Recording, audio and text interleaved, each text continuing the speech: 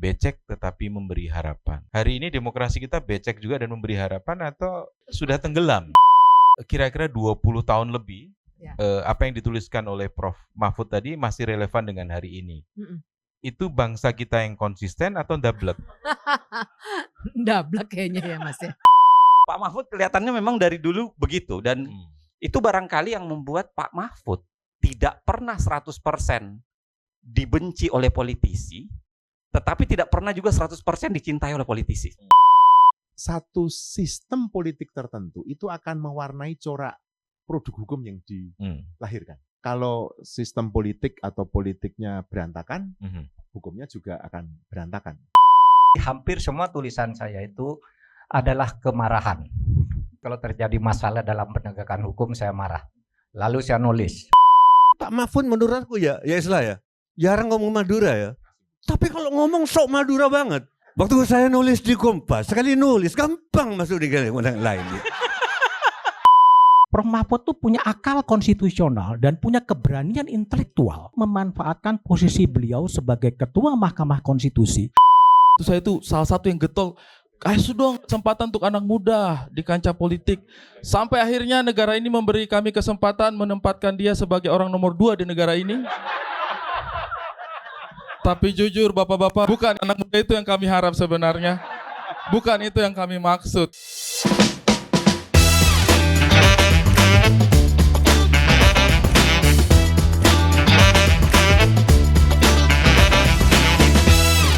Assalamualaikum warahmatullahi wabarakatuh. Bapak-bapak, ibu-ibu, saudara-saudari, para senior, junior yang saya hormati. Pertama, saya ingin mengucapkan terima kasih kepada Pemerakarsa, yaitu keluarga besar Harian Kompas yang pertama memprakarsai untuk menerbitkan buku ini, ya. Lalu yang kedua juga mengadakan acara ini hari ini. Satu kehormatan bagi saya bisa bertemu dengan teman-teman, nih banyak teman-teman yang dulu di kabinet, ada Pak Marzuki, Pak Alwi, ada teman di DPR, Pak Lukman Saifuddin, akademisi ini ada Pak Renal Kasali, aktivis-aktivis ini banyak sekali, aktivis lingkungan, gerakan pro demokrasi, seniman Sujiwo Tejo, ada Mas Jo dan lain-lain lah, semuanya tidak saya sebut satu persatu. Saya mengucapkan terima kasih acara ini. Saya tidak tahu apakah buku ini berguna atau tidak, terserah nanti yang baca. Tetapi satu hal yang ingin saya sampaikan bahwa saya merasa senang atas penerbitan buku ini karena romantisme perjuangan gerakan pro demokrasi dan penegakan hukum. Jadi ketika saya masih mahasiswa di awal 80-an dan menjadi dosen muda di akhir 80-an, para aktivis itu merasa bangga dan merasa bermutu. Itu kalau bisa nulis di Kompas. Karena bacaannya itu pasti Kompas kalau aktivis. Di seluruh Indonesia waktu itu. Kalau ilmiahnya itu kalau bisa pegang majalah Prisma. Ya kan? Oh iya toh. Pokoknya meskipun enggak baca, kalau pegang itu gagah lah maksudnya. Ya, kemana-mana Kompas gitu kan. Sehingga punya apa? Mimpi gimana ya caranya saya bisa nulis di Kompas gitu kan. Tahun 80-an tuh kan ada orang Nurholis Majid, Gus Dur, Syafi'i Ma'arif, Amin Rais selalu muncul di koran. Gimana ya caranya saya kayak gitu. Sehingga merasa senang kalau bisa menulis di Kompas, punya buku yang diterbitkan oleh LP3IS. Itu satu kebanggaan kalau aktivisnya itu aktivis kampus. Nah itu sebabnya ketika tulisan saya dimuat di Harian Kompas itu untuk pertama kali waktu itu senang bukan main. Dan sampai akhirnya saya sering menulis. Nah, dan tulisan-tulisan itu dikumpulkan oleh Mas Tri Agung, Paulus Tri Agung dan Mbak Ana, dan kemudian didukung oleh keluarga besar Kompas. Sekarang saya merasa senang, terlepas dari apapun isinya yang nanti bisa dinilai sendiri. Tapi hampir semua tulisan saya itu adalah kemarahan. Kemarahan terhadap keadaan politik dan perkembangan hukum. Di saat-saat terjadi masalah di bidang politik, kan tidak semua masalah politik itu jelek, tapi hukum juga begitu. Tapi kalau terjadi masalah dalam penegakan hukum, saya marah. Lalu saya nulis. Tetapi kalau saya nulis biasanya selalu mengkaitkan dengan filosofi dan asas hukumnya. Tidak bicara soal pasal-pasal, karena kalau pasal-pasal itu pukrul juga bisa. Tidak harus belajar hukum jauh-jauh kalau cuma mau adu pasal itu. Tapi asas dan filosofi itu menjadi sangat penting. Nah itu yang saya sering tulis. Dan orang bilang, kalau Anda bisa nulis di Harian Kompas, berarti Anda bisa nulis dimanapun dengan mudah gitu. Dan betul, ratusan tulisan saya ada di berbagai media lain gitu. Nah dan Kompas kali ini di buku ini memilih, karena ada juga yang memang tulisan-tulisan yang betul-betul karena marah itu tidak layak dimuat. Misalnya menulis tentang konflik PKB, Pak Alwi dan siapa-siapa ada di Kompas saya tulis. Saya bilang enggak usah muat. Sama Mas Trayang itu enggak usah muat, sudah lewat dan tidak ada nilai filosofinya atau apa gitu. Ketika saya ribut misalnya dengan Refli Harun masalah membongkar mafia di MK, saya bilang enggak usah dimuat, ini udah selesai, enggak ada teorinya juga. Ini orang marah-marahan aja gitu. Sehingga ini dipilih yang memang ada punya nilai-nilai aktual untuk setiap perkembangan politik dan hukum. Insya Allah. Termasuk masalah yang banyak saya tulis, masalah hubungan antara negara dan agama, karena di masa-masa beberapa waktu lalu itu kan pertentangan masalah negara dan agama, radikalisme, terorisme itu sering muncul pada saat itu. Nah, demikian saudara, ini sekedar pengantar. Saya mengucapkan terima kasih kepada teman-teman. Saya tidak menyebut satu-satu. Dan salah satu kesulitan saya itu, satu kalau mengadakan acara perayaan, apakah ulang tahun atau mantu, paling berat saya. Karena harus membedakan siapa yang diundang atau tidak diundang. Karena tempatnya itu selalu terbatas, jumlahnya terlalu banyak. Lalu saya tidak tahu siapa yang VIP, siapa VVIP, siapa yang bukan, saya tidak pernah tahu. Oleh sebab itu saya tidak pernah mengadakan hari ulang tahun. Yang kemarin itu karena Pak Budi aja, pokoknya kumpul lah teman-teman Pak Mahfud gitu. Lalu saya tidak tahu siapa yang mau diundang, terserah aja. Termasuk yang hari ini misalnya, ya tolonglah dicatat kapasitasnya berapa, nanti saya lihat. Itu saja. Saya minta maaf kepada yang tidak terundang, karena semuanya bagi saya, setiap orang tuh VVIP. Itu hanya kursinya aja karena tidak muat di depan semua, lalu ada yang di belakang gitu. Tapi semuanya VVIP lah bagi saya. Itu banyak teman, ada Mas Jo dan banyak sekali. Saya tidak nyebut satu persatu. Terima kasih yang sebesar-besarnya. Assalamualaikum warahmatullahi wabarakatuh. Selamat sore Bapak-bapak, Ibu-ibu semuanya. Saya mau cerita bahwa buku ini sebenarnya dipersiapkannya lama ya Mas Budi yang tahu. Dan pada saat kampanye itu, Kompas menerbitkan buku 3 presiden semua di Kompas. Buku yang pertama Mas Anies Baswedan, judulnya Memenangkan Indonesia. Karena judulnya Memenangkan Indonesia, betul Mas Anies memenangkan Indonesia, tidak memenangkan pemilu.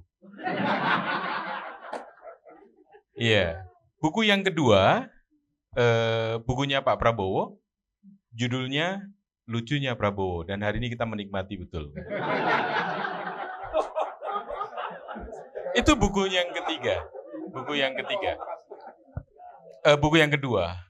Jadi, semua presiden kita terbitkan bukunya. Buku yang ketiga, Mas Ganjar, bukunya judulnya Hitam Putih Ganjar. hitam putih itu nggak jauh bedanya dengan menang kalah kan. Jadi ya sudah kita tahu lah hasilnya kan. Dan Mas Ganjar kan maunya lempeng terus ya hitam putih saja. Terus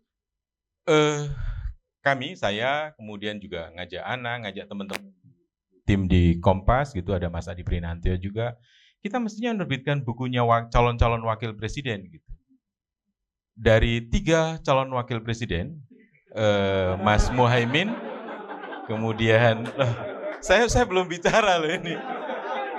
Mas Muhaimin, kemudian Mas Gibran dan Prof Mahfud. Karena itu waktunya mepet gitu. Mas Budiman dulu sama saya kan. Nah, iso kita buku-buku semua calon presiden dan wakil presiden diterbitkan gitu. Itu pesannya Mas Budiman dan Mas Rikat. Ya udah kita coba Mas Budiman. Ternyata yang punya kumpulan tulisan di Kompas itu cuma Prof Mahfud gitu. Kalau Caimin itu masih ada lah, kita bisa paksain, mungkin masih bisa. Kumpulan pidato-pidato dia atau omongan-omongan dia yang diterbitkan di koran, di Kompas gitu, masih bisa lah dikumpulkan. Nah, yang calon wakil presiden kedua ini aku nyari opo ya gitu. Ya sudahlah, karena itu kemudian mohon maaf pada Caimin dan Prof Mahfud, bukunya ditahan ya gitu. Jadi karena supaya adil kan. Nanti Prof Komar dimarahin kita nanti, karena wartawan itu kan harusnya berimbang dan adil. Jadi kalau 2 dibikinkan buku gitu, Prof Mahfud bukunya kuat sekali, pemikiran hukum dan politik gitu. Terus Caimin bukunya gojekan selepetan sarung gitu kan. Kalau susah, kita nyusun Lego nantinya kan. Iya. Jadi akhirnya kemudian jadilah buku ini, dan hari ini terima kasih kita akan meluncurkan. Saya nggak akan bicara isi bukunya apa, nanti tugas pembicara-pembicara di sini Mas Yanuar, ada Vivit, kemudian Mas Uceng lah jadi yang bicara. Sekali lagi terima kasih untuk kepercayaannya pada Kompas, Prof Mahfud dan Bapak Ibu semuanya, sahabat Kompas. Dari ini adalah 33 tulisan. Kenapa 33? Karena 3 kali 3 juga 9 gitu. Jadi ya begitulah kita otak-atik gaduk. Meskipun di negeri ini kadang-kadang nggak gaduk juga gitu. Jadi gitulah kira-kira, matur nuwun, selamat menikmati bukunya. Saya kira bukunya nanti akan dibagikan. Oke, terima kasih. Ketika menyusun buku ini kemudian kita tahu yang namanya, kita tahu Prof Mahfud tidak bisa dilepaskan dari dunia hukum dan dunia politik. Karena itu kemudian ada urutannya adalah hukum, kemudian politik, dan politik hukum. Nah, 3 pembicara di depan ini tidak membahas ini, akan bicara dengan masing-masing bab gitu. Ya, tetapi saya akan memancing, dan saya tahu Mbak Fitri, Mas Januar maupun saya manggilnya Mas Uceng sih, susah kan. Mas Zainal Arifin, harusnya dengan Prof juga ya. Prof, kalau beliau ini Profnya 2, profesor dan provokator sih. Jadi Mbak Fitri, saya yang pertama ke Mbak Fitri dulu. Di halaman 15 itu pakai ini, pakai acuan. Ini ujian ini. Sekali-sekali boleh lah. Di halaman 15 itu ada satu tulisan yang menarik. Sama kan kira-kira kan? Iya. Judulnya Operasi Sesar Penegakan Hukum. Banyak institusi dan organisasi yang mengidap solidaritas kalap. Langkah IKAHI, Ikatan Hakim Indonesia, menyerang Komisi Pemberantasan Korupsi karena melakukan tindakan hukum dan menggeledah kantor Mahkamah Agung dinilai oleh publik sebagai sikap paranoid. Ada kalanya perlu operasi sesar untuk menegakkan hukum. Nah, tadi Prof Mahfud juga mengatakan bahwa artikel-artikel yang dipilih adalah masih relevan dengan dunia hari ini. Kalau menurut Mbak Vivit, apakah masih perlu sih operasi sesar untuk penegakan hukum kita? Atau bahkan ya sudah nggak bisa diselamatkan lagi sekalipun dengan operasi sesar gitu.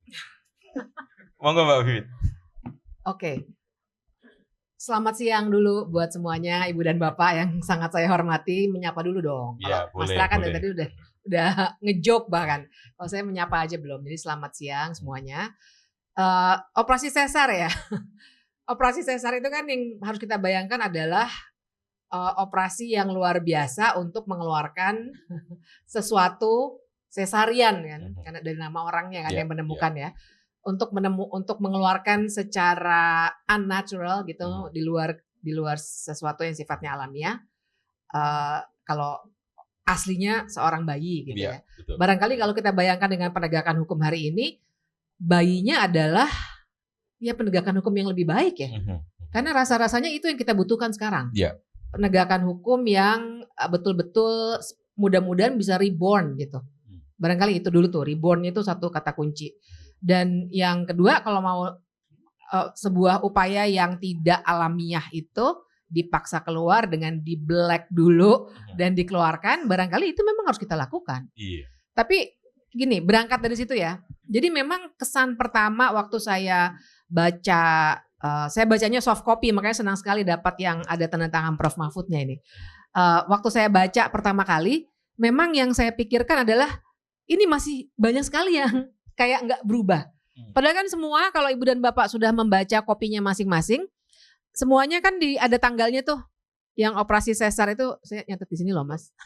Yang operasi sesar itu misalnya pada bulan Desember 2005. Bayangkan. Waktu nulis yang lainnya ada yang pengacara genit dan perusak itu 23 Agustus 2004. Berarti sudah 22, 21 tahun yang lalu gitu. Tapi semuanya masih sama. Nah, jadi memang kalau kita satu-satu gitu jawab ya Mas ya. Berarti saya menjawabnya ke situ dulu. Operasi sesar itu mesti dilakukan lagi.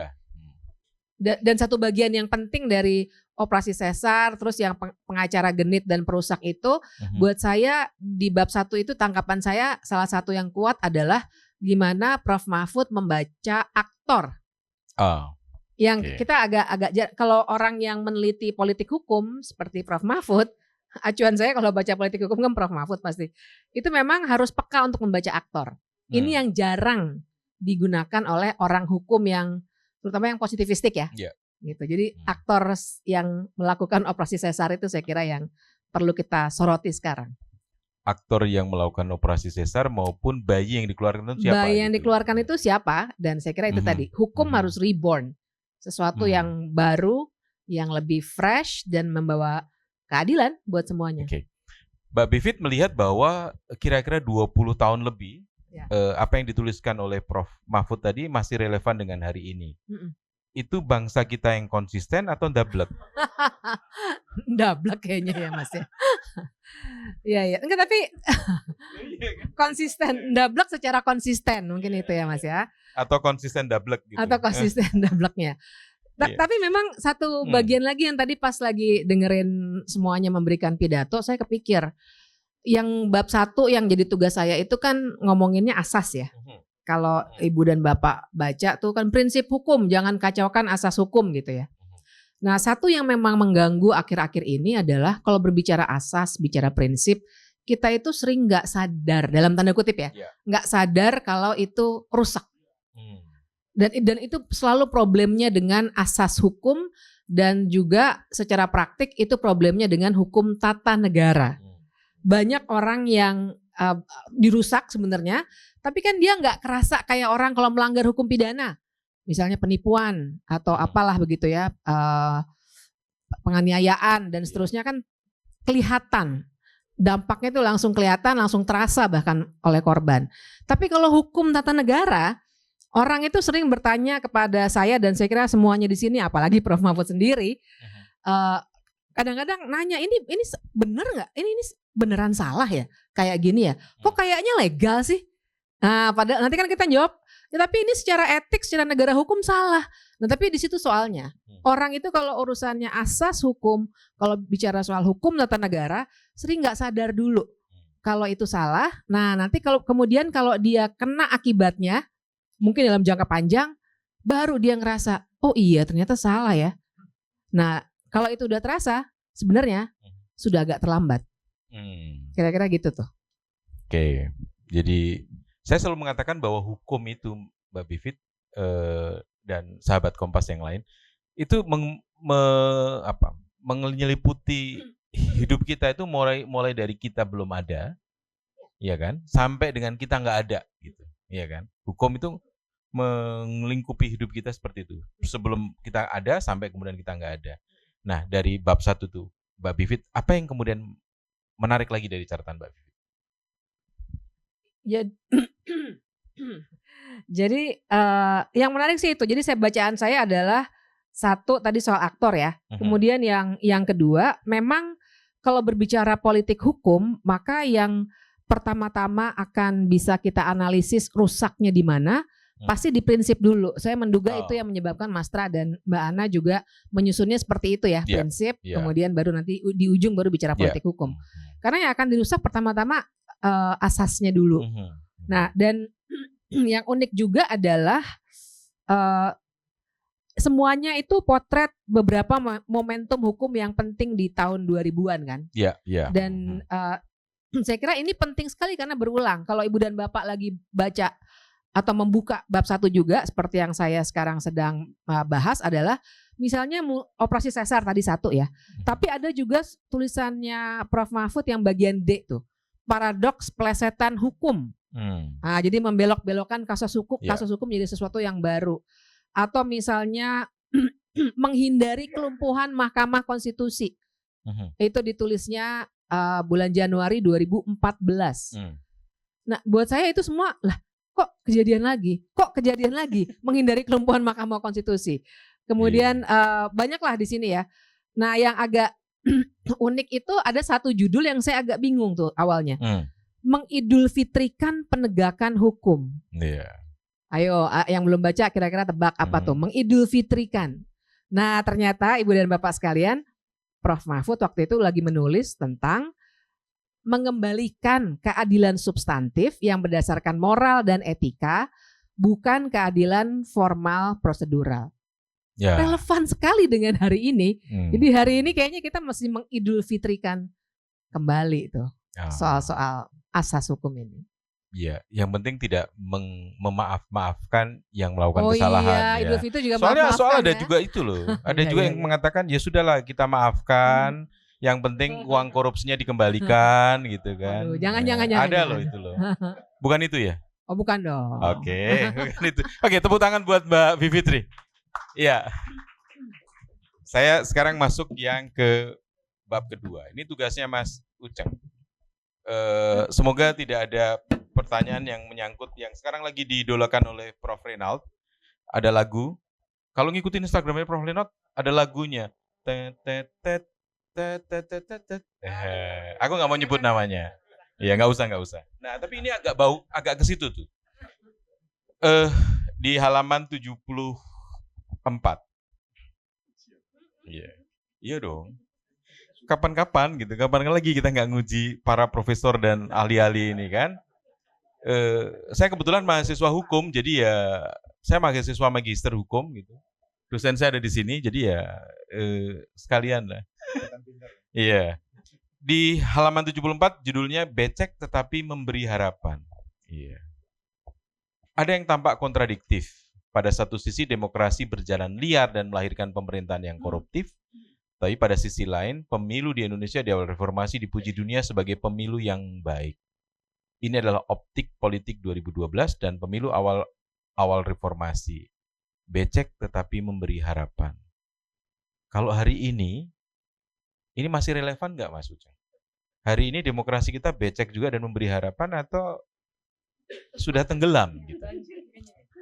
Monggo Mas. Makasih Mas Tra. Susah sekali pertanyaannya buat saya. Izinkan saya baca dalam 2 konteks. Ya, yang pertama saya membaca Pak Mahfud, Prof Mahfud, dan saya kira Pak Mahfud itu mencoba mendamaikan antara hukum yang dianggap netral dengan tidak netral. Kan kalau orang bicara hukum ya, salah satu perdebatan terbesar di hukum itu adalah apakah hukum itu netral atau sebenarnya tidak netral. Apakah hukum itu pasti benar ataukah hukum itu adalah sumber dari alat untuk melakukan dominasi. Atau hukum itu kan perdebatan yang juga sudah cukup lama, melihat hukum itu dari sudut kritis atau dari sudut positivisme, untuk melihat hukum itu sudah jadi ataukah melihat hukum ini alat penindasan sebenarnya yang dipakai oleh penguasa untuk melakukan penindasan. Nah, satu, saya ngelihat gayanya Pak Mahfud itu tidak pernah mau mengatakan hukum alat penindas, tapi pada saat yang sama tidak pernah mengakui bahwa hukum itu netral 100%. Saya nggak tahu, mungkin kalau bahasanya Pak Alwi jangan-jangan mencoba wasatiyah ya beliau ini, Pak Mahfud ya, mencoba di tengah. Perdebatannya itu kan perdebatan klasik gitu, soal menempatkan hukum itu netral atau tidak netral. Ya. Nah Pak Mahfud saya kira dalam banyak tulisannya dan hampir semua tulisannya itu selalu dia tahu paham politik hukum, dia tahu pengaruh bahwa undang-undang itu adalah resultan kepentingan politik.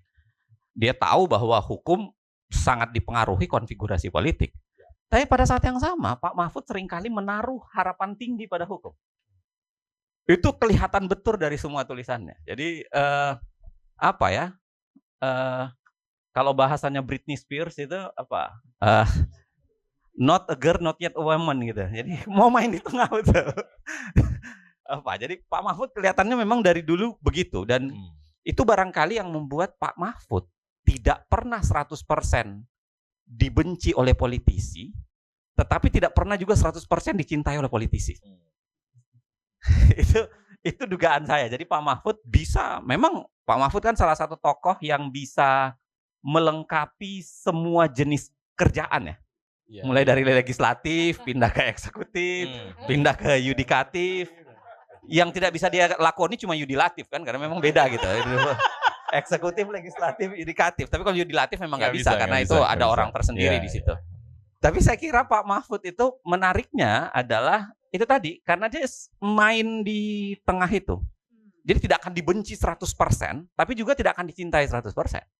Dan jadi saya membahasakan tulisan Pak Mahfud itu. Saya ingat tulisan ini keluar setelah ada perdebatan.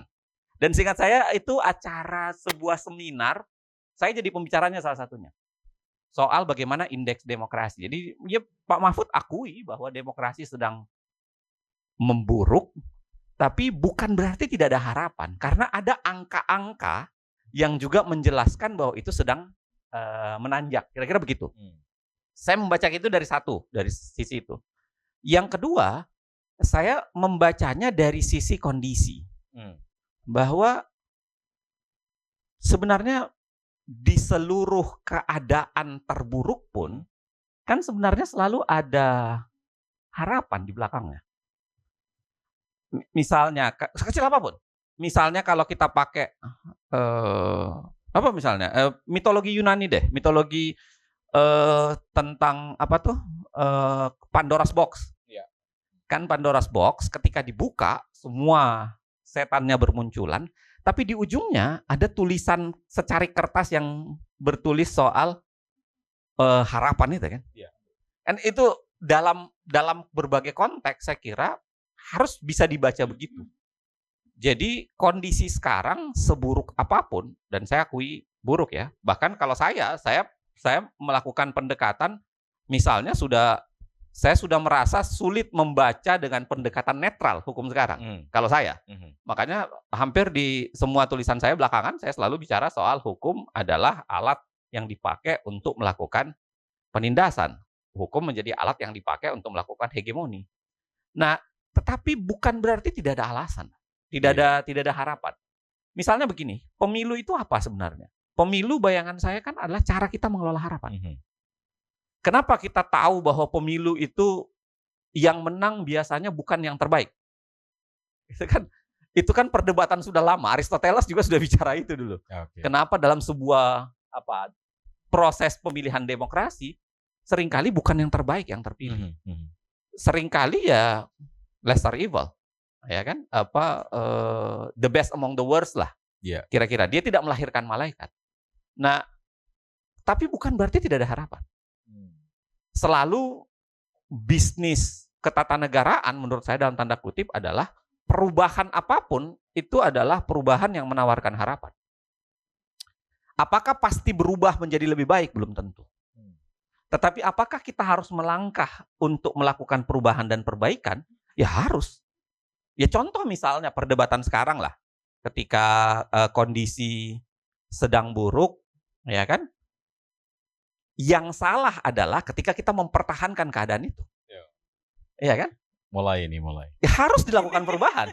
Masalahnya perubahannya apa? Ya terserah pilihan kita. Apakah perubahannya mirip Saiful Mujani yang dipanggil besok pemeriksaan? Islah Bahrawi itu temannya itu apa? Yang akan dipanggil besok pemeriksaan, atau sasarannya seperti yang lebih smooth kayak Ferry yang juga dipanggil hari ini pemeriksaan. Iya, ataukah sasaran lain misalnya meniru 98 ketika meminta mundur. Kan? Tapi hal yang pasti kalau kita mau menjadi bisnis untuk memperbaiki harapan, pasti ada yang harus diubah kan? Ya. Nggak mungkin dibiarkan. Jadi sebecek apapun harapan itu menjadi penting. Nah, problemnya adalah ketika harapan dan keinginan melakukan perubahan itu yang selalu ditolak. Dan ini nyambung dengan tulisannya Pak Mahfud di sini. Saya suka tulisan Pak Mahfud, ada satu di sini yang menurut saya menarik betul. Adalah ketika walaupun berbeda, tapi saya mencoba menafsirkannya ke arah lain. Dia bilang begini, sistem pemerintahan ala Rasulullah itu sudah nggak mungkin bisa diulang. Karena kan nggak mungkin. Clear, selesai. Karena Rasulullah sudah tidak ada nabi setelahnya kan, la nabiyya ba'da gitu kira-kira. Nah, tapi kalau saya tafsirkan artinya begini. Kenapa kita membedakan konsep kepemimpinan Rasulullah yang nyaris tidak butuh oposisi dengan kepemimpinan sekarang yang mewajibkan oposisi? Karena pola relasi kita dengan Rasulullah itu kan relasi kepercayaan, relasi keimanan. Betul. Anda nggak percaya Rasulullah, Anda lock out kan? Kira-kira begitu. Anda lock out dari keislaman. Tapi nggak percaya Prabowo kan nggak membuat Anda lock out gitu. Nggak akan membuat Anda lock out dari republik ini. Nggak akan memperbuat Anda lock out dari, kan gitu tuh. Nah, itu yang membuat kenapa ketika saya membaca tulisan Pak Mahfud, itu yang membuat kenapa oposisi itu harus ditinggikan. Gaya kita untuk menegur, gaya kita untuk mendorong perubahan, mengubah sesuatu itu harusnya lebih tinggi. Karena ya memang nggak sama dengan pola relasi orang dengan nabi di zaman dulu. Nah, saya memahami artinya begitu. Saya memahami dalam sisi kondisi. Jadi kondisinya ya memang perubahan itu adalah keniscayaan. Plus pada saat yang sama ya Pak Mahfud memang gaya penulisannya yang saya pahami ya. Setidaknya saya pembaca tulisan Pak Mahfud itu mungkin di atas 90-an gitu. Saya nggak tahu Prof Bagir kalau ada tulisan Pak Mahfud di pra 90-an ya. Tapi kalau pasca 90-an, 99, 97, 98, saya kira mainannya di pola yang sama gitu. Kira-kira gitu Mas Ra. Jadi Mas Uceng, ini buku kumpulan tulisan dari tahun 1997 sampai dengan tahun 2024 plus. Karena kemudian ada plus tambahan-tambahan berikutnya yang nyusul kan. Tadi kan kelihatan dipersiapkan untuk pemilu 2024 kemarin kan. Sayangnya enggak imbang gitu kira-kira. Iya, tapi dari penjelasan Mas Prof Uceng tadi, saya khawatir tahun 2014 itu Prof Mahfud terlalu mendengarkan nasihat dari Mas Uceng nih kan. Karena tadi kan Mas Uceng mengatakan pemilu itu selalu menghasilkan yang bukan yang terbaik. Karena itu tahun 2014 Prof Mahfud menjadi ketua tim pemenangan sebelah sana kan. Gitu juga enggak? Nyambung nggak tadi dengan itu kira-kira? Enggak, saya melihatnya begini, Pak Mahfud itu sedang bicara soal itu tadi, mengelola harapan. Mengelola harapan. Dan saya kira ada satu prinsip fikih yang selalu Pak Mahfud sampaikan itu kan. Di banyak kesempatan dan sering diulang, darul mafasid muqaddamun ala jalbil masolih, itu Pak Mahfud yang sering ngomong itu. Dan itu diulang dalam sebagai orang Katolik saya kesulitan ini. Kira-kira sebagai orang Katolik saya kesulitan. Monggo jenengan yang beliau berdua. Beliau berdua. Ya kira-kira apa ya? Dibanding memperoleh kebaikan, memaksakan kita harus dapat kebaikan, kadang-kadang lebih baik menghindari kemudaratan aja. Itu kan sering dibahasakan Pak Mahfud, seingat saya dari tahun 2014, 2019. Dibanding memaksakan harus mendapatkan kebaikan, Kadang-kadang ya kita menghindari kemudaratan. Jadi cari dalam tanda kutip lesser evil saja dibanding mencari mewajibkan malaikat. Nah, cara pandang itu saya kira yang tampak betul di Pak Mahfud. Apakah itu dari saya? Enggak lah, pasti Pak Mahfud bacanya juga prinsip fikih. Pak Mahfud itu paham betul yang begitu-begituan. Iya, oke. Pertanyaan terakhir untuk Mas Ujeng. Apalagi yang menarik dari situ, dari bab 2 ini? Kalau tadi selain saya soal ini. Satu yang paling menarik dari Prof. Mahfud ya, beliau itu punya posisi dan dia terbuka untuk mendiskusikan, tapi sulit bergeser dari posisi itu. Saya ingat misalnya begini nih, ini kasus yang dituliskan di sini juga sebenarnya, sebagian ya, walaupun tulisan yang aslinya tidak ada di sini. Dan saya baca tulisan itu keluar di tahun 2017. Ketika Pak Mahfud ikut mendorong ketika keluar Perpu Ormas yang kemudian menggeser. Perpu Ormas itu kan menggeser, menurut saya ya, Ormas 2000. Jadi menggeser, dulu kan Ormas itu dibubarkan 2017. Dulu Ormas itu hanya boleh dibubarkan setelah ada putusan pengadilan. Iya. Itu kan di Undang-Undang Ormas tuh. Nah, lalu keluar Perpu. Dibalik tuh logikanya. Jadi silahkan dibubarkan dulu, baru kemudian keputusan negara membubarkan itu silahkan dibawa ke pengadilan. Pak Mahfud memilih langkah yang kedua. Saya di langkah yang pertama. Dan perdebatan itu saya kira perdebatan teoritik ya. Soal apakah soal ormas itu adalah rezim hak asasi manusia yang harusnya hanya bisa dibatasi oleh putusan, ataukah dia rezim administrasi yang itu silahkan dibawa ke proses administrasi saja. Nah, tapi satu yang menarik, terlepas dari itu soal mau membubarkan FPI atau membubarkan HTI pada saat itu, terlepas dari itu, tapi satu yang menarik, saya ingat saya berdebat dengan Pak Mahfud itu di ruang disertasi di UI. Jadi ada pengujian disertasi. Tapi Pak Mahfud enjoy aja berdebat. Sampai kemudian ketua sidangnya mengatakan, ini yang berdebat ini kan harusnya penguji dengan promovendus. Kok ini antara penguji yang berdebat. Tapi Pak Mahfud itu membawanya santai. Nggak ada masalah. Dan enak saja perdebatan. Walaupun saya ingat Pak Mahfud kemudian menuliskan Kompas soal pandangannya itu. Nah, apa yang saya mau bilang, ketika Pak Mahfud tuliskan sesuatu, Pak Mahfud itu punya posisi. Jadi kalau kata Susan Sontag, Pak Mahfud ini alamatnya jelas banget gitu. Every writer has an address kan kalau kata Susan Sontag. Ya, Pak Mahfud ini punya alamat yang jelas banget. Alamatnya udah nggak pindah dari situ. Bahwa kemudian dia sering berkunjung silaturahmi ke rumah lain, ngajak bertamu, nggak ada masalah. Tapi kemudian alamatnya nggak berubah gitu. Nah, itu juga barangkali yang membuat saya kira Pak Mahfud, yang saya bilang di awal tadi pengantar saya, dia tidak akan dicintai 100% oleh politisi, tapi tidak mungkin akan dibenci 100% oleh politisi. Karena dia punya warna tersendiri, dan itu nampak betul dari banyak tulisan-tulisan, khususnya ketika bicara soal politik hukum ya. Karena Pak Mahfud memang bidangnya adalah politik hukum. Saya kira nggak perlu saya jelaskan disertasinya Pak Mahfud yang memang bicara soal politik hukum banyak. Begitu. Tepuk tangan untuk Profesor Zainal Arifin Mohtar. Iya. Jadi masuk ke Mas Yanuar, tapi saya mau sedikit. Jadi tadi kan Prof Mahfud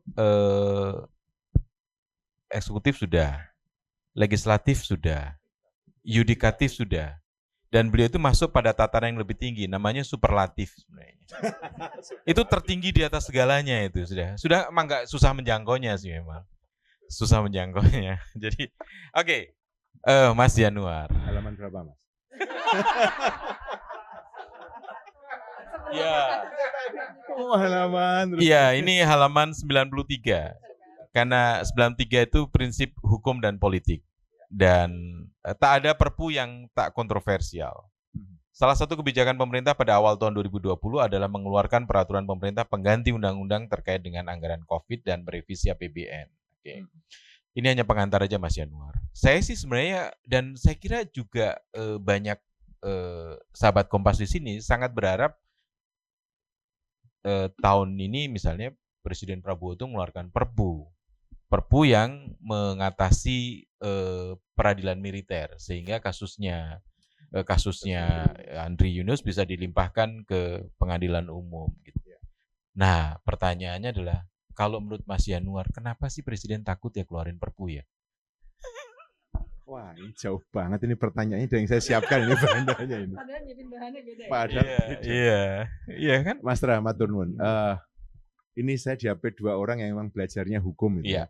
Saya sendiri insinyur loh, Mas. Betul. Agak jauh ini kan membahas ini itu ya. Tapi ketika saya di sini ada insinyur nuklir tapi hasil bukunya hukum banyak loh. Banyak ya. Mas Budi ngatain insinyur nuklir itu. Gini. Sebelum menjawab tadi mengapa Presiden kayaknya enggan mengeluarkan produk-produk hukum seperti itu. Iya. Gitu ya. Sebenarnya juga tidak hanya Pak Prabowo sekarang. Dulu Pak Jokowi juga pernah ada pada posisi seperti itu.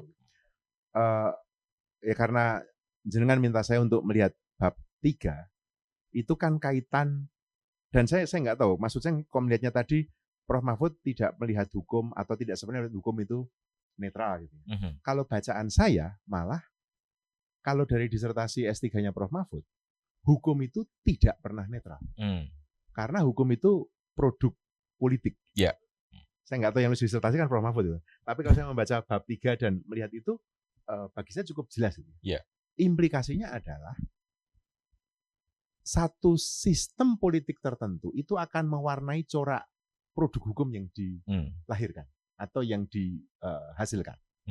Kalau sistem politik atau politiknya berantakan, hukumnya juga akan berantakan. Nah, atau sebaliknya, kalau sistem politiknya lebih baik, hukumnya mungkin lebih substantif. Saya melihat ketika kita bicara di ruang eksekutif itu ya, Mas, presiden itu misalnya, ketika presiden bertindak kemudian sebagai aktor yang mau melahirkan hukum, dia kan juga tidak lepas dari sebuah konfigurasi politik. Saya kira kalau kita bicara peradilan militer mungkin faktornya jadi lebih banyak atau lebih rumit. Sekarang ini saja kan ketika kita tahu persoalan fiskal yang kita hadapi dan kita ada di ambang defisit itu misalnya. Terus kemudian undang-undangnya mau diubah atau tidak ya, atau kita mengeluarkan perpu atau tidak. Itu kan kegambangannya juga tinggi sekali. Saya melihat kaitan tadi antara politik kita hari-hari ini dengan produk hukum itu jadi apa ya? Yang dikatakan Prof. Mahfud itu kemudian terbukti gitu ya Mas ya. Saya tidak tahu apakah Pak Prabowo atau Presiden sekarang mendengarkan, saya nggak yakin ya, apakah hati nurani atau apa, saya mohon maaf, saya nggak. Ini kalau saya buat perpu akan seperti apa dampaknya? Karena menurut saya hitung-hitungan sekarang, semuanya kok di eksekutif itu jatuh pada perhitungan politik ketimbang substantif tata kelola kenegaraan. Jadi yang dihitung selalu dampak politiknya apa? Dampak politiknya apa? Saya kira Presiden ngitung kok bahwa masyarakat sipil atau bahkan orang-orang atau pakar yang ada di hukum melihat kok peradilan militer ini akan seperti apa. Apalagi kasus kemarin ketika dinyatakan apa namanya, kan ada case kan yang kemarin si ibu pra-peradilan itu juga, tapi juga ada kan kemarin yang case apa namanya peradilan militer yang pelakunya dapat hukuman lebih ringan, yang penganiayaan itu publik sudah melihat ke sana. Saya kira kalau intervensi itu dilakukan di ranah itu, hitung-hitungan pemerintah saya sangat mungkin suuzon, tapi ya biarlah saya ambil risiko itu ya. Memang saya suuzon. Karena pemerintah sekarang lebih ngitung dampak politik ketimbang ngomong tata kelola. Tata kelola itu terjang semua kok. FGD nggak perlu, kita sudah kebanyakan ahli, itu kan. Ini ahli banyak banget ini nggak diperlukan semua ini kan. Ya karena nggak diperlukan di sana kita kumpulin di sini. Saja kan? betul setuju banget. Nah itu bagi saya Mas Ra, itu bagi saya masalah yang sangat mendasar yang dihadapi pemerintahan sekarang ini. Mestinya mengembalikan profesionalisme, mengembalikan teknokratisme dan meritokrasi. Itu satu-satunya cara menyelamatkan pemerintahan ini atau masa depan negara ini. Kalau enggak, udah enggak ada cerita. Jadi hitung-hitungan tadi jawabannya bukan di domain hukum, jawaban saya, dugaan saya di domain politik. Ya, oke. Ya. Di domain politik jawabannya. Nah, dari bab 3 yang Mas Yanuar lihat, apakah apa yang disampaikan oleh Prof. Mahfud dalam tulisan-tulisannya ini sampai dengan tahun 2024 plus mencoba menjawab itu? Apakah domain politik mampu menjawab persoalan-persoalan kemasyarakatan dan hukum? Gini, saya itu ada tulisan yang saya sangat suka itu, Mas. Ya. Itu salah satu artikel yang saya kira paling kuat di bab 3. Itu yang judulnya Antara Hukum dan Keadilan. Ya kan? Ya. Itu wawancara ya. Dan di sana Prof. Mahfud berkata dengan tegas. Itu tulisan terakhir itu. Ya. MK tidak menegakkan hukum. MK menegakkan keadilan. Itu bagi yang belum membaca bab 3. Saya yakin itu kan teman-teman baru dibagikan sekarang itu kan. Jadi bab 3 itu tulisan Antara Hukum dan Keadilan itu tegas sekali. MK tidak menegakkan hukum. MK itu menegakkan keadilan. Saya kira kalau kita bicara kemudian politik sebagai sebuah arena atau sebagai sebuah ruang perebutan kekuasaan, itu kan bukan ruang perebutan kekuasaan tanpa tujuan. Jadi kalau kita mau bicara negeri atau tatanan yang lebih beradab mestinya, kekuasaan itu kan dipakai untuk keadaan yang lebih baik semestinya. Dan kita bisa berargumen, lebih baik itu relatif lebih adil. Gitu ya. Nah jadi kalau saya melihat ke situ, yang sekarang ini terjadi dan mungkin menurut saya, kita perlu melihat lagi adalah arah berpolitik kita itu makin jauh dari tujuan itu. Makin ugal-ugalan, makin semaunya sendiri, nggak ada hitung-hitungan, ngadepi aturan ditabrak gitu kan. Jadi hukum itu sudah nggak ada gunanya sebagai koridor gitu, nggak ada. Nggak ada aturannya. Sikat atau aturannya mengganggu, tabrak saja aturannya. Contoh yang paling gampang ini misalnya sekolah rakyat. Lepas dari seluruh intensinya, sekolah untuk orang miskin meskipun cara berpikirnya juga keliru itu ya. Itu dijalankan oleh Kementerian Sosial. Bukan Kementerian Dasar dan Menengah. Itu kan melawan undang-undang pendidikan. Iya, Sisdiknas. Dan yang akan terjadi adalah undang-undang yang akan direvisi. Coba gimana logikanya? Dan itu terjadi hampir di semua hal. Ini ngomong tata kelola, waktu itu saya masih ingat persis. Untungnya Pak Dadan sudah diganti ya, meskipun penggantinya juga tidak lebih baik itu ya. Maksud saya, tapi saya masih tapi lebih galak, Mas. Saya masih ingat persis ya, saya masih ingat persis. Kalau Prof. Mahfud tidak marah-marah cucunya keracunan MBG, BGN itu nggak ada koordinasi dengan Kementerian Kesehatan dan BPOM. Percaya nggak, Mas? 9 bulan MBG berjalan, dijalankan sendiri. Kemkes dan BPOM tidak dilibatkan. Kok yang dilelah saya nggak tahu, mau bersyukur kok kurang ajar. Tetapi bagaimana kalau cucunya Prof. Mahfud nggak keracunan, Prof. Mahfud tidak protes, itu nggak dilibatkan. Itu saya bilang tadi. Balik ke soal politik, kok makin semrawut, makin ugal-ugalan, makin tidak punya. Kalau ngomong etika udah kejauhan, Mas, sudah nggak ada etika lagi. Jadi membaca bukunya, tadi kan Mbak Bibi mengatakan, Anda tanyakan, masih relevan ini ya? Ini apa ini konsisten gitu kan? Menurut saya, ya karena memang kita nggak belajar, Mas. Masalah yang kita hadapi sama, dari saat Prof. Mahfud menulis sampai detik ini, nggak ada perubahan. Maksud saya, kalaupun perubahan itu sangat gradual sedikit, setelah itu mundur lagi. Poco-poco itu bukan poco-poco maju 2 langkah, mundur selangkah. Ini majunya selangkah, mundurnya 2 langkah. Jadi makin lama poco-poco, makin mundur gitu. Oke, iya, pertanyaan terakhir, Mas. Jadi ini setiap pembicara selalu ada 3 pertanyaan kan. Jadi 3 kali 3 9 kan. Iya betul. Kan? Terus godak-gado Mas. Iya. Nah, pertanyaan terakhir tuh Mas Yanuar. Tadi kalau ngikutin Mbak Bivitri, ngikutin Mas Uceng dan Mas Yanuar sendiri, selalu kata kuncinya kata yang sama adalah perubahan. Iya. Iya. Nah, kalau perubahan itu adalah bagian dari keadilan, ya. Dalam proses politik hukum adalah larinya ke Mahkamah Konstitusi. Kira-kira Mahkamah Konstitusi kita bisa mewujudkan keadilan itu nggak, Mas? Ini harusnya nanya ke Bibib ya, atau Uceng ini. Gini, Mas, saya tidak pernah bisa melepaskan institusi dengan agensi. Mungkin ini bagi seorang yang belajar sosiologi terlambat gitu ya, karena dididik dalam tradisi teknik gitu ya. Tapi saya kira kita tidak bisa melihat hanya semata-mata pada institusinya tanpa melihat agensi atau aktor-aktor yang ada di dalamnya.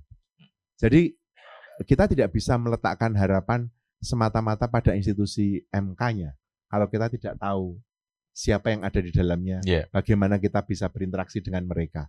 Atau sebaliknya, saya kira tadi Mas Uceng memberi catatan penting dan itu bagus dan itu refleksi itu kena ke saya juga gitu kan. Ketika bicara orang sebaik apapun begitu ya, masuk ke dalam sistem dan kayak Prof. Mahfud tadi kan nggak pernah bisa 100% diterima, tapi juga nggak pernah 100% dibenci gitu kan. Justru karena satu sisi barangkali kalau tadi Mas Uceng mungkin melihatnya adalah pada posisi paradigmatik atau itu. Tapi saya juga melihat ketika orang punya pendapat, orang punya prinsip ada di. Jadi apakah MK sekarang kita bisa berharap? Barangkali kalau melihat interaksi antara institusi dengan orang tadi, Mas. Apakah mungkin kita bisa memperkuat aktor-aktor yang baik dalam tanda petik baik di MK dengan sebuah tekanan dari luar? Karena kadang-kadang itu berjalan. Maksud saya ketika publik, masyarakat sipil mendorong, memperkuat, mendukung MK, itu mungkin kemudian orang-orang jadi lebih berani untuk bersuara, orang-orang di MK juga jadi lebih berani untuk mengambil keputusan yang meskipun sulit, mereka akan lakukan karena atau didukung oleh banyak orang. Tadi loh, bukan menegakkan hukum, tetapi menegakkan keadilan. Dan keadilan itu kan kena ke sense, kena ke rasa semua orang. Kalau saya melihat. Oke, tepuk tangan untuk Dr. Yanuar Nugroho. Jadi 3 pembicara kita di depan ini alurnya sama, perubahan, dan kemudian kalau saya menyimpulkan sementara adalah 3-tiganya menyuarakan ayo kita lebih berani untuk bersuara. Kira-kira begitu ya? Iya, oke. Jadi karena itu saya minta untuk yang bersuara lebih banyak lagi kalau begitu. Masih punya waktu sekitar 40 menit. Silahkan kalau misalnya ada yang mau mengajukan pertanyaan atau bahkan memunculkan harapan baru lagi atau apapun, silahkan. Bismillahirrahmanirrahim. Assalamualaikum warahmatullahi wabarakatuh. Saya sebenarnya agak mikir 2 kali karena saya posisi terlapor. Dan besok dipanggil bersama Prof. Saiful Mujani. Jadi ya mungkin mohon maaf sebelum ada vonis ya, mungkin ini yang terakhir kita. Tapi saya melihat Pak Mahfud buat saya bukan hanya karena sesama Madura aja. Bawa etnik. Tapi memang selalu menjadi inspirasi buat saya karena saya kebetulan ketika beliau menjadi ketua MK dan saya menjadi analis kontra teror di BIN waktu itu, saya sudah banyak punya engagement terkait dengan politik, hukum, dan gerakan-gerakan teror yang terjadi pada masanya. Jadi saya banyak sekali terinspirasi dari berbagai pemikiran Pak Mahfud. Saya manggilnya Abah Mahfud. Dan kemudian ketika beliau menjadi Menko, saya juga banyak engagement dengan beliau. Satu hal memang kalau bicara tentang hukum dan politik, seperti yang saya katakan di komunitas Utan Kayu kemarin dan kemudian saya dilaporkan, saya bilang kalau Fukuyama menganggap bahwa the origin of political order itu pasti dari pucuk tertinggi. Dan saya kemudian bicara kalau ingin menghentikan semua ketidakberesan ini ya memang presidennya harus turun. Ya mungkin deliknya sama kalaupun dilaporkan hari ini. Jadi ya udah sekalian bahasa aja. Jadi semua keputusan-keputusan politik itu pasti bersumber dari satu titik elit yang tertinggi. Itu kenapa saya meminta ketika itu ya udah kita harus menunggu presiden turun dengan menganalogikan perang Iran dan Amerika. Kalau ingin berhenti ya Trump harus turun. Sama seperti yang terjadi di Indonesia hari ini. Itu saja sih. Kalau yang ada yang mau melaporkan silahkan nggak apa-apa. Oke. LP saya ada 4. Oke. Kendapin 5. Saya kira itu saja. Terima kasih kan menjadi maslahat. Makasih. Mas Tejo. Saya cuma nanya ke para pembicara, Mbak Fitri, Mas Yanuar, Mas Eng, kira-kira Pak Mahfud ini tipe apa? Saya tiap hari lebih sering ngomong Madura daripada Pak Mahfud hampir nggak pernah ngomong Madura. Istrinya bukan orang Madura. Saya tadi waktu sama Islam itu cekakaan terus waktu Pak Mahfud ngomong. Kenapa Maduranya nggak hilang? Waktu saya nulis di Kompas, sekali nulis gampang masuk di orang lain. Orang banyak nyangka aku orang Jogja, Mbak Fitri. Padahal aku orang Madura. Enggak. Apakah konsekuensi di pikirannya, Pak, yang jelas alamatnya, apakah itu nanti berpengaruh ke pikiran? Karena Pak Mahfud menurutku ya Islah ya, jarang ngomong Madura ya. Tapi kalau ngomong sok Madura banget. Keputusan MK ini sudah final. Sudah. Nah, coba tolong apakah ini apakah yang disebut kejelasan address, apakah ini nanti berpengaruh ke pemikiran?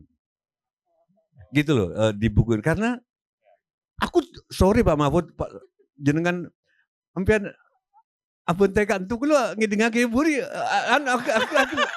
aku ngakak sama Rosi. Masih aja coba. Masih. Minta. Mudah nggak bisa nggak? Mudah. Aku aja nggak gitu Pak Lukman. Aku sehari-hari ngomong Madura di rumah, tapi ngomongku Indonesia kan? Gitu. Itu aja, tolong dijelaskan. Baik, terima kasih. Salah satu rubrik dalam tulisan ini adalah catatan Profesor Mahfud atas penyesalan Amin Rais. Amin Rais menyesal mengapa dia dulu mempelopori perubahan Undang-Undang Dasar. Komen Pak Mahfud yang saya mohon menjadi perhatian kita adalah bahwa ujung segala sesuatu itu akan tentulah moral dan ethics. Ya.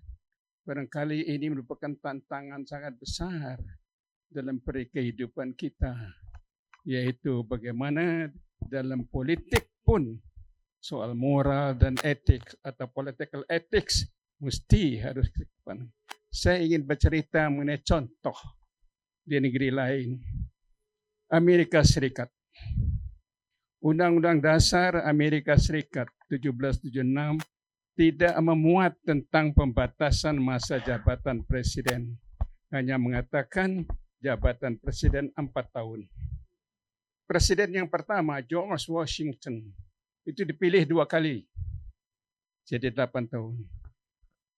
Untuk jabatan ketiga, dia masih diharap untuk menjadi presiden ketiga kali. Tapi George Washington mengatakan, no, itu tidak layak. Dalam sistem republik, presiden akan berpanjang-panjang seperti hanya 2 kali saja.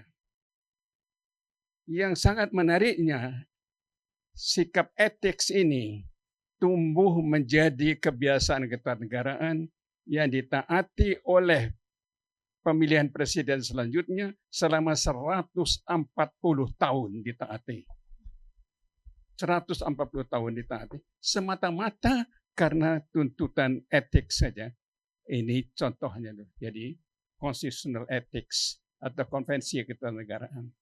Baru terlanggar pada masa jabatan Presiden Franklin Roosevelt, Delano Roosevelt, yang terpilih 4 kali karena menghadapi krisis-krisis dunia, krisis ekonomi dan Perang Dunia Kedua.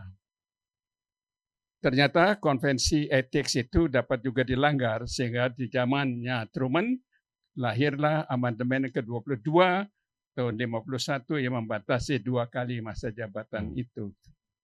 Jadi betapa pentingnya itu masalah etik itu. Dan bagaimana etika itu bisa tumbuh? Selain dalam kehidupan yang saya katakan tadi dalam sambutan adalah menjadi way of life kita, peran pengadilan sangat penting untuk menumbuhkan kebiasaan penghormatan terhadap Undang-Undang Dasar. Dan yang kedua, peran dari tadi, kebiasaan tadi. Bapak-bapak dan ibu-ibu sekalian, bahwa yang catatan saya yang terakhir, bagaimana hubungan antara politik dengan hukum itu? Ketika suatu negara telah mempunyai undang-undang dasar, maka semestinya pedoman utama kita termasuk dalam berpolitik adalah undang-undang dasar itu, konstitusi kita. Baik yang ditumbuhkan melalui praktek ketatanegaraan maupun bunyi undang-undang dasar itu. Jangan sekali-kali berpikir bahwa politik itu merupakan hal yang dapat menyimpangkan undang-undang dasar. Itulah makna dari undang-undang dasar sebagai the supreme law of the land. Politik harus tunduk pada dia, tetapi memang kita berhadapan dengan undang-undang dasar tidak sempurna. Ada kekosongan-kosongan. Nah, dalam kekosongan itulah kita akan terjadi amandemen. Jadi, kita bicara tentang amandemen adalah something the necessary evil, bukan dianggap sebagai the rule of the game dalam kehidupan negara. Terima kasih. Terima kasih. Prof. Bagirmanan. Sejak tadi itu saya menikmati diskusi ini sebetulnya. Diskusi omongannya Islah Bastrawi tadi gitu kan. Yang minta pucuk pimpinan tertingginya turun gitu kan. Lalu kemudian Terak juga berkali-kali memprovokasi perlunya perubahan. Saya menikmati itu dan saya membayangkan besok Kompas nulis apa ya? Kompas nulis apa? Apakah Kompas judulnya adalah Mahfud meluncurkan buku? Ya, atau judul yang lain? Tadi saya membayangkan itu. Terak ini memprovokasi gitu, orang berpikir kritis, tapi besok akan dimoderasi lagi. Ya, saya pernah berada di Kompas, gitu. Pernah berada di Kompas, dan sekarang juga setengah-setengah Kompas lah, kira-kira. Sehingga saya membayangkan besok harian Kompas atau Kompas ID nulis apa judulnya? Ada Kompas TV, Mas. Apa Kompas TV gitu, nulis apa? Apakah akan ngutip omongannya Islah Bastrawi gitu? Apakah akan ngutip omongannya Uceng atau sangat normatif? Mahfud meluncurkan buku di Kompas Institute, bukunya ini gitu. Apakah begitu? Ya kita tunggu besok. Ya ini provokasi baru. Kita tunggu besok, seperti apa yang mau ditulis. Tapi kalau tadi pertanyaannya adalah, mengapa Prof. Mahfud sejak tahun 2001, 1998 dan lain sebagainya, nulis dan gak ada perubahan? Kan itu. Tadi ekspresi kemarahan. Ya marah doang. Nggak pernah ada, ya begini aja terus kan. Nah itu kan menjadi pertanyaan-pertanyaan. Kalau saya mengenal Prof. Mahfud, baik ketika jadi dosen di UI Yogyakarta, saya sering datang ke Prof. Mahfud. Beliau ini tipe orang yang mencoba menjadi problem solver. Ya, problem solver. Kita lihat. Pemilu 2014 atau berapa? Ketika terjadi dispute soal DPT, banyak orang yang tidak terdaftar, ya. Prof. Mahfud tuh punya akal konstitusional dan punya keberanian intelektual untuk memanfaatkan posisi beliau sebagai ketua Mahkamah Konstitusi untuk mengatakan bahwa tidak perlu pakai surat panggilan, tapi cukup pakai KTP. Karena beliau adalah memegang posisi sebagai Mahkamah Konstitusi. Yang kedua, ketika ada Chandra Hamzah pada waktu itu menjadi korban dari kriminalisasi KPK, Prof. Mahfud kembali dalam posisi sebagai ketua Mahkamah Konstitusi yang kemudian membuka rekaman sadapannya Chandra Hamzah itu. Itu kan menarik. Nah, Prof. Mahfud menjadi problem solver ketika pada waktu itu beliau memegang posisi. Nah, mungkin ada baiknya forum ini, Mas Yanuar dan lain sebagainya, mencoba meningkatkan Prof. Mahfud, kalau istilah Terak tadi bukan yudikatif, eksekutif, dan legislatif, tapi superlatif. Yang lebih tinggi sehingga bisa menyelesaikan berbagai problem-problem yang ada. Nah sekarang kegelisahan, kegundahan yang ada sekarang ini, karena kan belum muncul tokoh-tokoh alternatif. Sehingga ketika mau tadi Islah mengatakan, saatnya pergantian pucuk pimpinan, sopo sing ganti. Nah, ini pertanyaan-pertanyaan berikutnya di sini gitu. Tetapi kalau saya mau mengomentari buku itu, yang menarik adalah satu bab pertama tadi yang ditulis oleh Prof. Mahfud mengutip Baharudin Lopa, pengacara genit dan serakah. Jadi Uda Chandra saatnya mengaku dosa. Karena yang merusak itu juga pengacara-pengacara itu gitu loh. Ya, pengacara-pengacara itu yang juga merusak sehingga orang sekeliber Adnan Buyung Nasution, Yap Diamhin dan lain sebagainya nggak pernah muncul. Nah, ketika semua proses-proses tadi yang dikatakan oleh pertemuan di Jogja yang autokratik legalisme dan lain sebagainya itu, ya itu karena kontribusi pengacaranya juga diam saja gitu loh. Sehingga kalau barisan pengacara yang dikritik oleh Prof. Mahfud itu kemudian bisa bergerak, saya pikir benteng supremasi hukum itu juga akan tetap terjaga.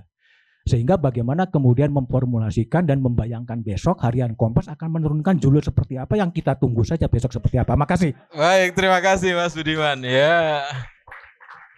Saya ingin satu hal menegaskan bahwa ketika Pak Mahfud Ketua MK ada satu keputusan penting bagi masyarakat adat, yaitu koreksi atas Undang-Undang 41 tahun 99 yang mengoreksi hutan adat yang tadinya dibilang hutan adat adalah hutan negara menjadi hutan adat adalah hutan yang berada di kawasan hutan. Nah, ini menjadi tonggak sejarah kalau Indonesia. Ratusan tahun tanah-tanah adat itu diklaim zaman Belanda, tapi kemudian oleh Soeharto diklaim secara sepihak sebagai kawasan hutan, itu bisa pelan-pelan dikembalikan. Meskipun baru sedikit lah Pak, ternyata sampai hari ini masih 0,001% dari yang dituntut. Tapi disitulah perguliran mulai dengan Pak Sodiki ya Pak ya, waktu itu Hakim Konstitusi juga. Dan bagi masyarakat adat ada apresiasi khusus kepada Pak Mahfud tentang hal ini. Dan sampai sekarang itulah yang menjadi dasar sebenarnya untuk mereka merebut kembali wilayah adatnya. Nah, Mas, saya hanya mau bilang dari semua calon 2023 itu 2024 ya pemilihannya, tapi kita kampanye dari 2023. Ya hanya Pak Mahfud yang paham hukum, tapi kok 16%. Apa artinya? Nah, mudah-mudahan buku ini bisa menjadi pintu masuk untuk melakukan pendidikan kepada rakyat tentang apa itu hukum. Kalau orang ngerti hukum, mestinya mereka juga akan memilih calon-calon yang menghormati hukum kalau memang mau mempertahankan Indonesia sebagai negara demokratis. Kecuali Indonesia mau jadi negara, silakan. Itu 2029 atau 2000 berapa itu? Oke, terima kasih Mbak Sandra Moniaga. Iya. Selamat sore untuk kita semua. Selamat sore, Mas. Tadi Prof. Uceng menyinggung Pandora.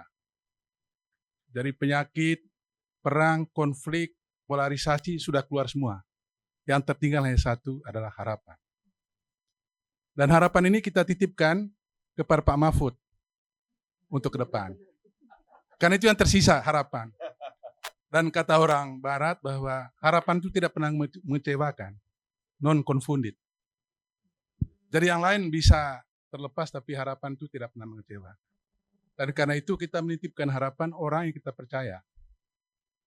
Percaya artinya membawa cahaya yang bersinar. Dan di sini hadir Pak Mahfud.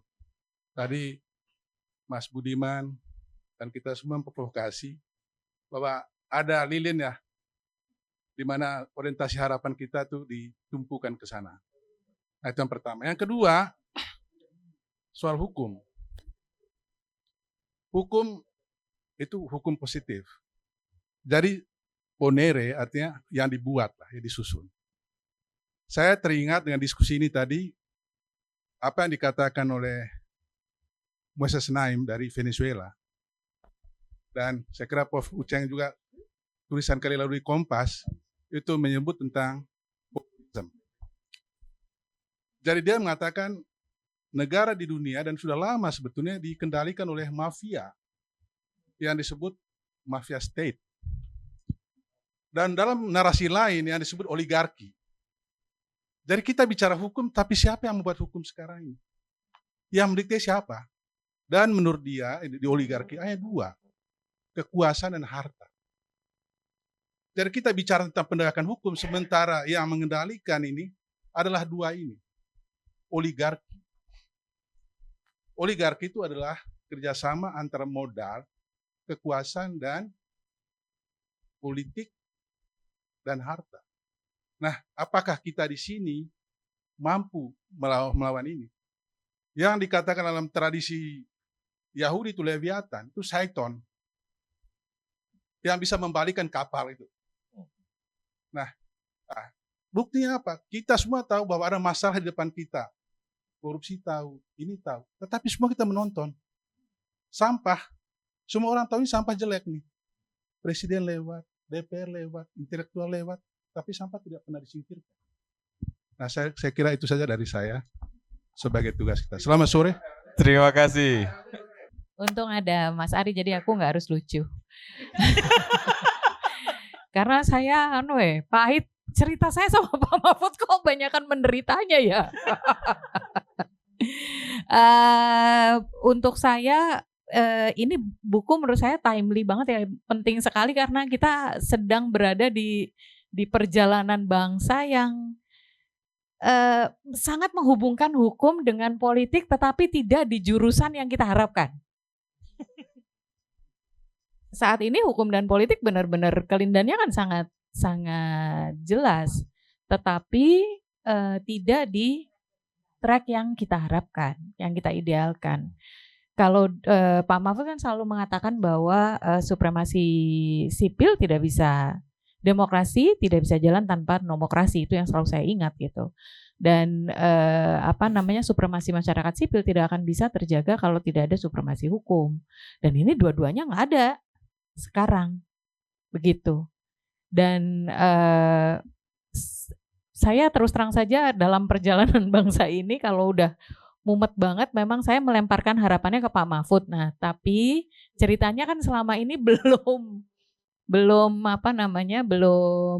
sampai sesuai dengan harapan saya ya. Dulu waktu rame-ramenya kelompok-kelompok garis keras itu, saya menyampaikan ke Pak Mahfud ini kita benar-benar butuh loh gitu. Karena yang paham tata negara dan hukum Islam itu Pak Mahfud. Yang bisa menghubungkan antara hukum Islam dengan hukum negara, ini Pak Mahfud. Kami ke siapa lagi gitu. Sekarang kondisinya politik seperti ini ya ke Pak Mahfud lagi kita gitu. Nah, bagi saya peran Pak Mahfud itu saat ini belum ada temennya nih gitu. Mungkin tugas utama Pak Mahfud, kasih tugas kita ya. Tugas utama Pak Mahfud sekarang penerusnya siapa Pak gitu, supaya mulai dari sekarang kita udah mulai. Ini loh. Iya, yang dipersiapkan untuk berjuang seperti Pak Mahfud loh. Pak Mahfud ini kan konsisten sekali ya perjuangannya. Menurut saya salah satu tokoh yang konsisten sekali jalurnya, nggak ke kanan ke kiri gitu. Itu Pak Mahfud, dan karena itu menjadi harapan kita gitu. Tetapi saya tidak tahu arah perjalanan kita akan kemana, tetapi peran Pak Mahfud itu jelas sentral. Saya sih berharapnya ini memang kemudian dibagi sehingga pemainnya lebih banyak, tetapi pengayomnya atau panglimanya tetap Pak Mahfud. Itu harapan saya gitu. Dan yang terakhir sih harapan saya kita mengambil inspirasi dari yang kontestasi pemilihan presiden dari tahun 2004 kan selesainya di 2024. Jadi kalau Pak Mahfud kan mulainya 2014. Ya, kita masih panjang gitu, masih ada kesempatan. Ya enggak? Walaupun itu harapan saya. Moga-moga Pak Mahfud berkenan. Gitu. Terima kasih. Oke, terima kasih Mbak Alisa. Prof, tapi nilai yang saya kira penting buat yang saya dapatkan, termasuk ada di saya catat yang dari beliau yang kemarin ulang tahun sudah saya catati sih. Ya. Saya coba, tapi sekarang yang baru, jadi saya kira benar. Nah, di reformasi Polri itu yang kekeh, yang paling kemudian keras mengatakan bahwa reformasi Polri tetap ada dalam lingkaran yang udah nih. Salah satu yang paling beliau sepakati dan saya amini adalah nggak ada ceritanya, agak mirip sih dengan beliau ini. Nggak ada ceritanya reformasi Polri itu Kapolrinya nggak ganti, nggak ada. Dan beliau juga setuju, misalnya udah nggak usah banyak-banyak 2-3 tahun reformasi Kapolri ganti. Jadi tadi yang Prof Bagir tadi soal etik, Prof. Normalnya dari mulai Kapolri Hugeng sampai hari ini tuh maksimal 3 tahun, nggak pernah lebih. Hari ini kita bilang bahwa reformasi Polri itu baru bisa dijalankan oleh Kapolri baru. Ya sayangnya itu nggak muncul ketika diterima presiden ya. Headline. Nah ini lima kali nih ya saya kira interaksi saya kira penting buat saya, dan saya harus digging up betul misalnya berkaitan soal kesederhanaan ya. Saya terakhir waktu diundang oleh Pak Hasto ya, nikahan, kemudian bukan maksudnya nikah, anaknya menikah. Pastikan dulu, clearkan dulu nih. Yeah. Saya khawatir saya salah kutip. Diajak makan mie godok, dan mohon maaf Prof, itu yang mie godok yang paling enak saya makan. Oh. Ternyata terakhir, ini belum terlalu enak, nanti minggu depan saya undang lagi enak. Ya waktu itu belum sempat ya Mas Budi. Artinya apa? Secara prinsipil nggak ada batasan. Saya pakai kaos, pakai baju metal, pakai kaos lebih ketat dibanding sekarang. Yang sekarang saya pakai, dan beliau dengan ringan-ringannya, ini adalah bagian penting dari buat saya sebenarnya adalah guru besar, ilmuwan, apalagi politisi ya harus seperti beliau. Negarawan. Saya kira itu. Jadi 5 poin ini saya kira penting, dan buat saya diundang nih terhormat sekali karena saya merasa saya perlu banyak belajar dari tidak cuma keilmuan tapi juga soal kesederhanaan. Saya kira itu yang kurang dan sedikit sekali di sekarang hari ini gitu. Oke, terima kasih Prof Muradi. Tepuk tangan Prof Muradi. Assalamualaikum warahmatullahi wabarakatuh. Waalaikumsalam. Terima kasih banyak Pak Mahfud, Pak Prof. Saya ini tidak tahu mau bicara apa sebenarnya ya. Jujur aja, tapi karena di sini banyak kami punya tetua-tetua. Saya tetua-tetua di sini ya. Maksudnya saya minta maaf. Saya hanya mau minta maaf saja. Karena selama bertahun-tahun kami itu selalu berjuang untuk memberikan tempat bagi anak muda di kancah politik. Ya. Saya itu salah satu yang getol. Kasih dong kesempatan untuk anak muda di kancah politik. Sampai akhirnya negara ini memberi kami kesempatan menempatkan dia sebagai orang nomor 2 di negara ini.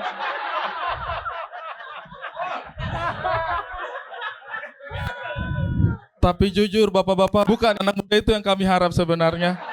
Bukan itu yang kami maksud ya. Jadi saya mau minta maaf kalau anak muda bisa sampai di posisi itu. Tapi begitulah kejadiannya. Ya, satu hal, saya mau minta maaf juga.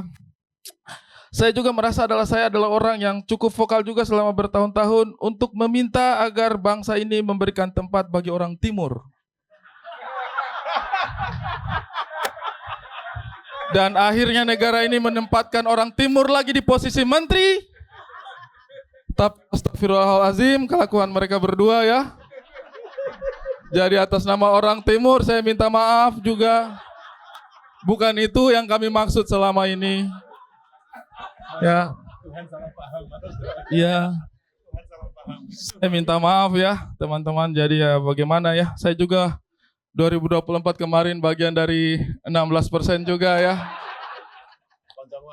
Saya bagian dari 16% dan ini juga sempat membuat saya semakin sakit hati, semakin hari semakin sakit hati karena saya juga merasa menjadi tidak punya ruang lagi untuk berbicara di negara ini. Saya tidak punya ruang untuk kritis lagi di negara ini. Karena saya ngomong apapun sedikit di sosial media, sekarang saya langsung dicap sebagai anak abah. Itu membuat saya sakit hati karena saya ini anak Mahfud ya.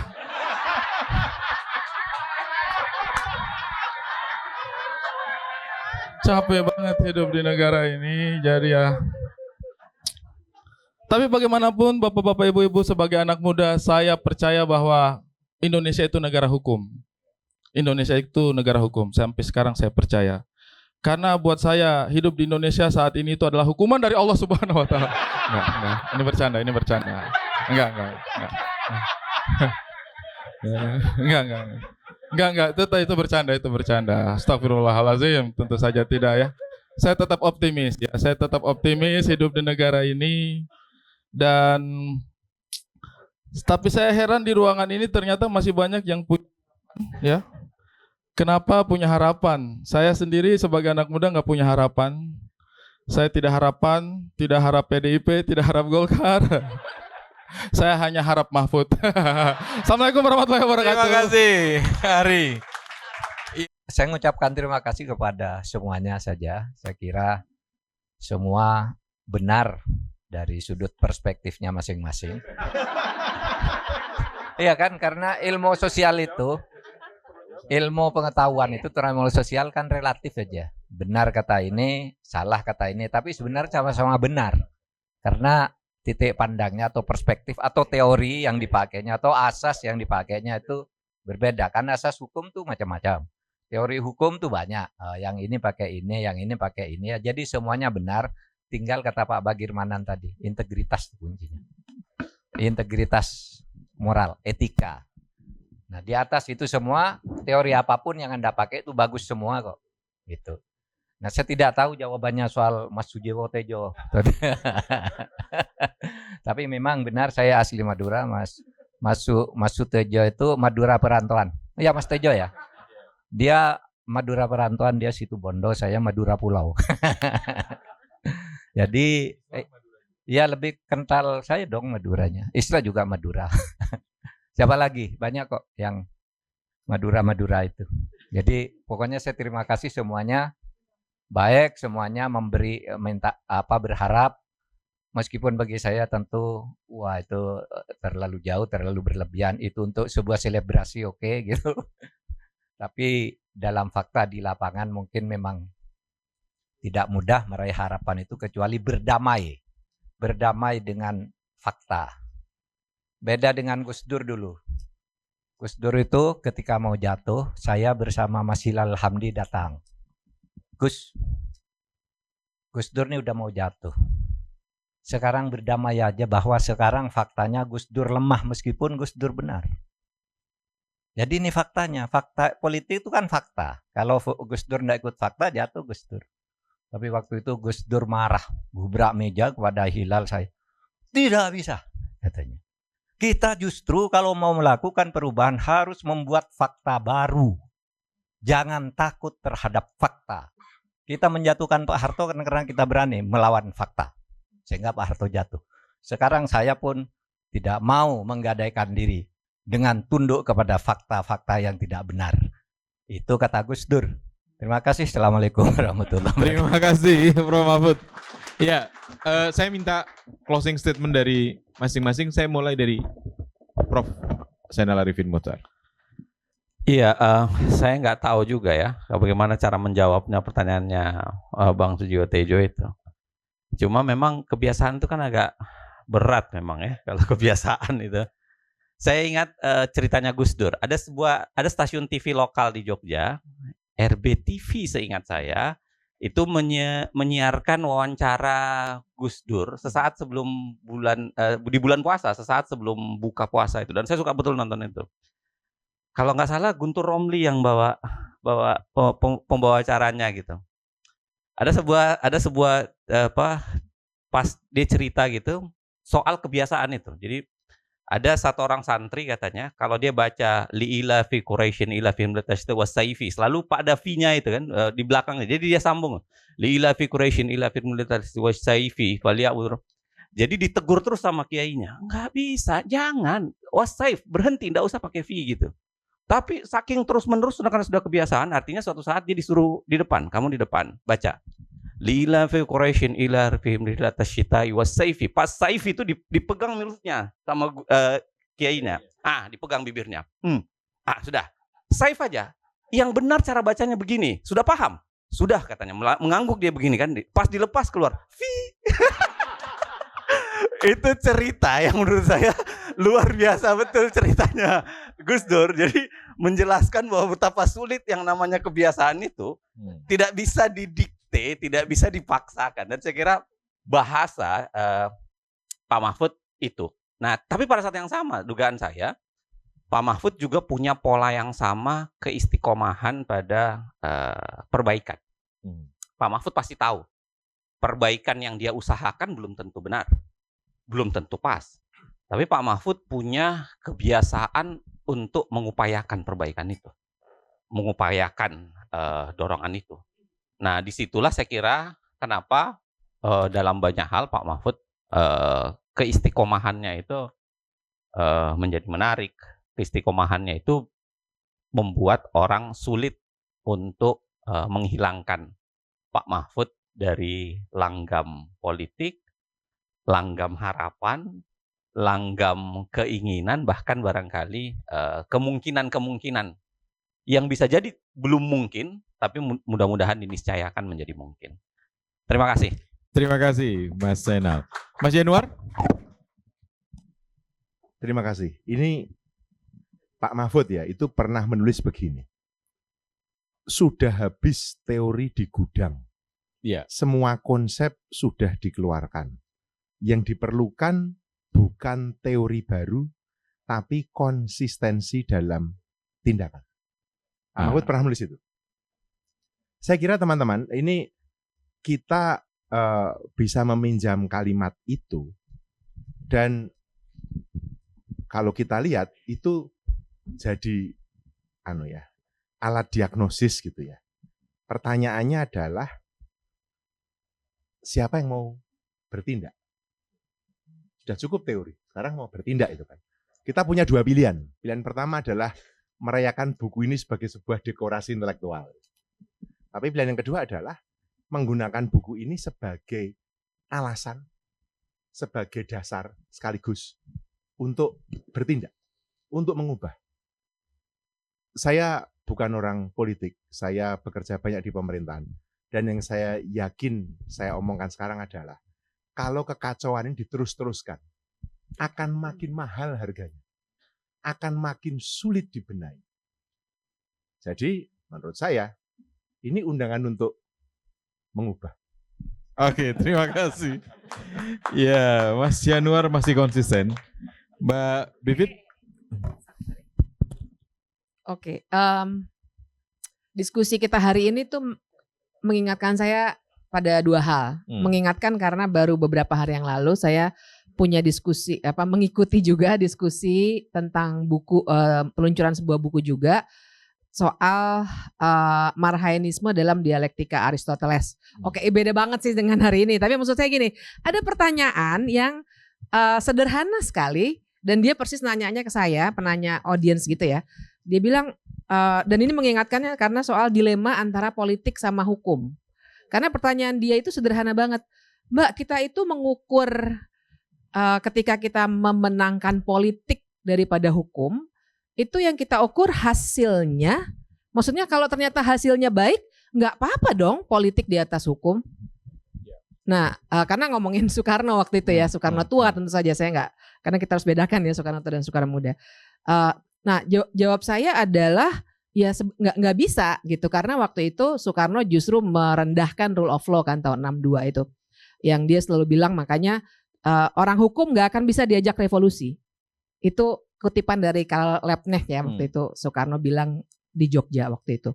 Nah, tapi itu mengingatkan saya pada apa yang dilakukan Prof. Mahfud, misalnya ditulis di bukunya kawan kita Romo Henry, Stefanus Hendrianto, yang judulnya In Search of Judicial Heroes. Dan dia mengulas beberapa ketua MK, tapi yang utama adalah Pak Jimli dan kemudian Pak Mahfud. Karena menurut dia yang paling berpengaruh ya dua orang itu. Nah, tapi yang menarik adalah catatannya Henry. Kebetulan saya bikin resensinya untuk diskusi di CSIS, waktu itu sudah lama sekali. Yang menarik itu Henry bilangnya ada pergeseran, Henry Kwok ya, kita mengenalnya dengan nama Henry Kwok. Nah, yang menarik adalah Henry bilang Pak Mahfud itu menggunakan istilah keadilan substantif dan hukum progresif.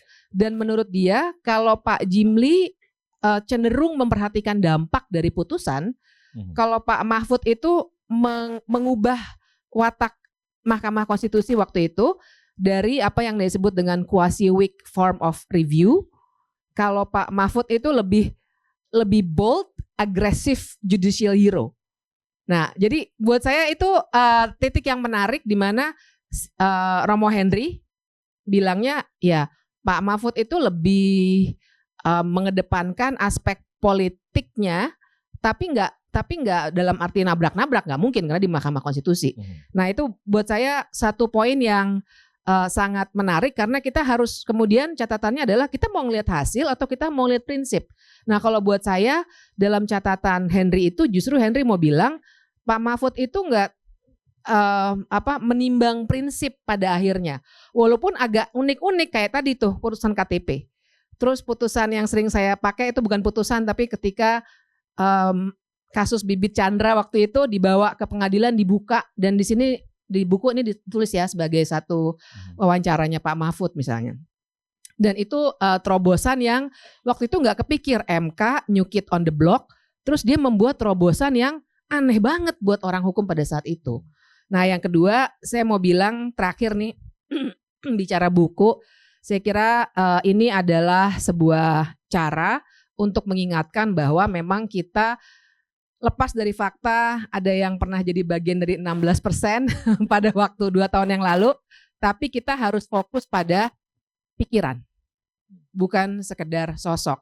Dan saya malah merasa Pak Mahfud dengan menerbitkan buku ini sebenarnya mau bilang, lihat pikiran saya, jangan sekedar melihat menaruh harapan dan lain sebagainya kepada seorang Mahfud MD, tapi coba lihat pikiran yang kemudian bisa kita refleksikan bareng-bareng. Sehingga buat saya pentingnya buku ini barangkali senada dengan Mas Yanuar, buku ini seperti alat buat refleksi kita untuk bergerak gitu. Soalnya kalau kita bergerak nggak pakai dasar, jangan-jangan kita nungguin nasi bungkus ya kan? Tapi kan kita nggak nungguin nasi bungkus, kita semua pakai pikiran-pikiran yang sebenarnya lebih jernih, dan ini yang dicoba ditawarkan sekali lagi tanpa melihat seorang Mahfud MD sebagai sosok yang dikultuskan, tapi melihat pikiran dia itu sebenarnya apa, dan silakan perdebatkan. Itu, makasih. Oke, terima kasih.